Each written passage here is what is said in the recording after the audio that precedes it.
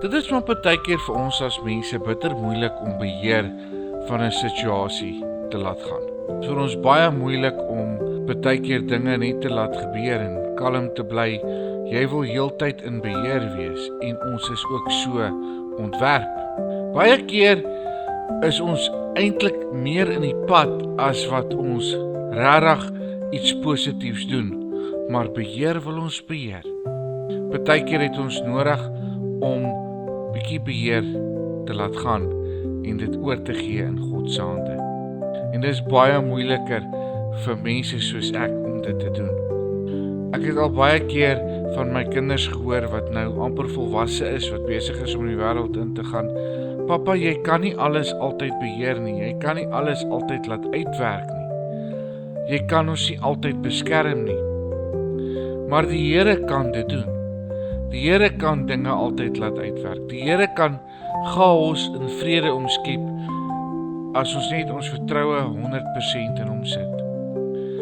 En ons het regtig nodig om by 'n punt te kom waar ons heeltemal oorgee en sê, Here, vat U nou maar oor, want ek weet ek gaan dit nie self kan doen nie.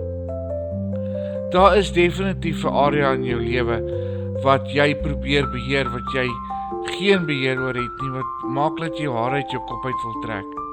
En hier is die vraag wat jy vanmôre moet vra: hoe kan ek hierdie beheer van my oorgee aan God? En dan oorgaan in die volgende stap en dit vir hom gee, dat hy dit vir jou uitsorteer. Onthou Jesaja 55 vers 8 sê, my gedagtes is anders as julle sin, en julle paaie is nie my paaie nie. Want soos die hemel hoër is as die aarde, so is wat ek doen hoër as wat julle doen, en my gedagtes is hoër as julle gedagtes. Onthou dit wat God doen, is hoër as wat ons doen. God se gedagtes is hoër as ons gedagtes.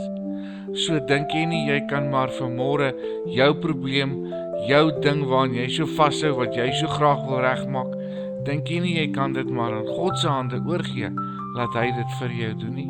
Die psalmdigter sê in Psalm 31, maar ek vertrou op U, Here. Ek sê, U is my God. En in Filippense 4 weet ons moet ons probleme en ons oorgee na God. Hy sal dit vir ons uitsort.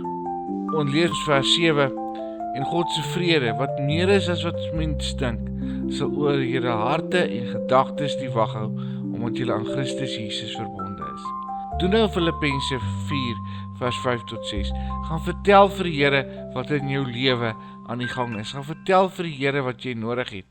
En gee dit oor in sy hande, sodat sy vrede in jou lewe kan posvat.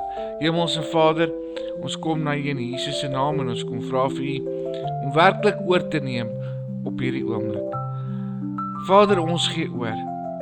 Gee vir ons U vrede, Here, en gee vir ons die wete dat U in beheer is en dat dinge sal uitwerk, want ons plaas ons vertroue in U. Amen.